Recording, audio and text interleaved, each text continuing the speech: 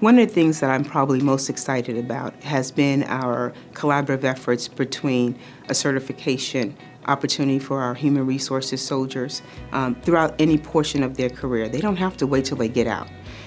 And it is probably one of the most needed.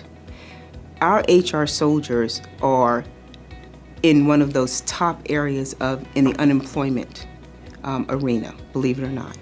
So, and it's largely is because civilian folks don't think we understand what they do. We have that HR skill, two different cultures, albeit, but we do have that skill.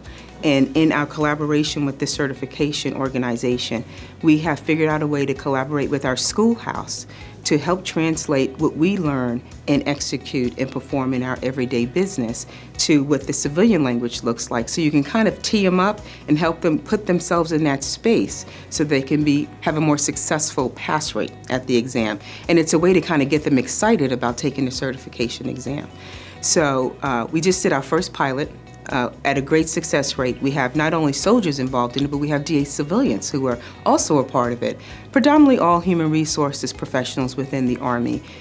But we do expect a high rate of passing. And I will tell you, if we get one soldier to pass, that's a high rate, because that's one more than what we had before we started tracking it. So now that we're tracking it, what's important is for you to prepare yourself for your next step. Whether you're in the Army for 2 years or you decide to stay in the Army for 28 years, it's important for you to be able to have the credentials accompany your professionalism. They're going to hire you because they know who you are and they respect who you are, but they're going to look at you as part of the enduring population if they have confidence that you know what you do. I think the key benefits when a soldier gets a certification, it just helps them capitalize off of the leadership that companies tend to hire for them.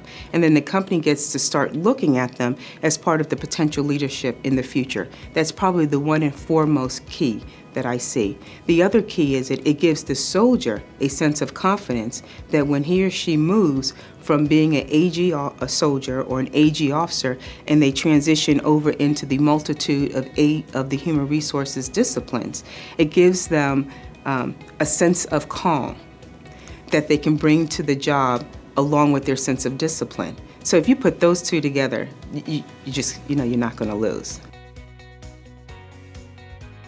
It gives them the same competitive edge. That's what's probably important. Not only a sense of calm and a sense of ease on both sides, but it gives that soldier the competitive edge that he or she is just as good technically in a different culture and in a different environment. And I think it probably would give those who are around them, if they're put in a position to lead them, a sense of comfort that my new leader understands our business, not just understands how to lead me. And I think that couple will help push, the need for the certification. It'll probably become very viral, because what's the great thing about soldiers is when it works, they'll reach back and they'll say something to somebody, and then they'll say something to somebody, and that's what we're expecting and hoping.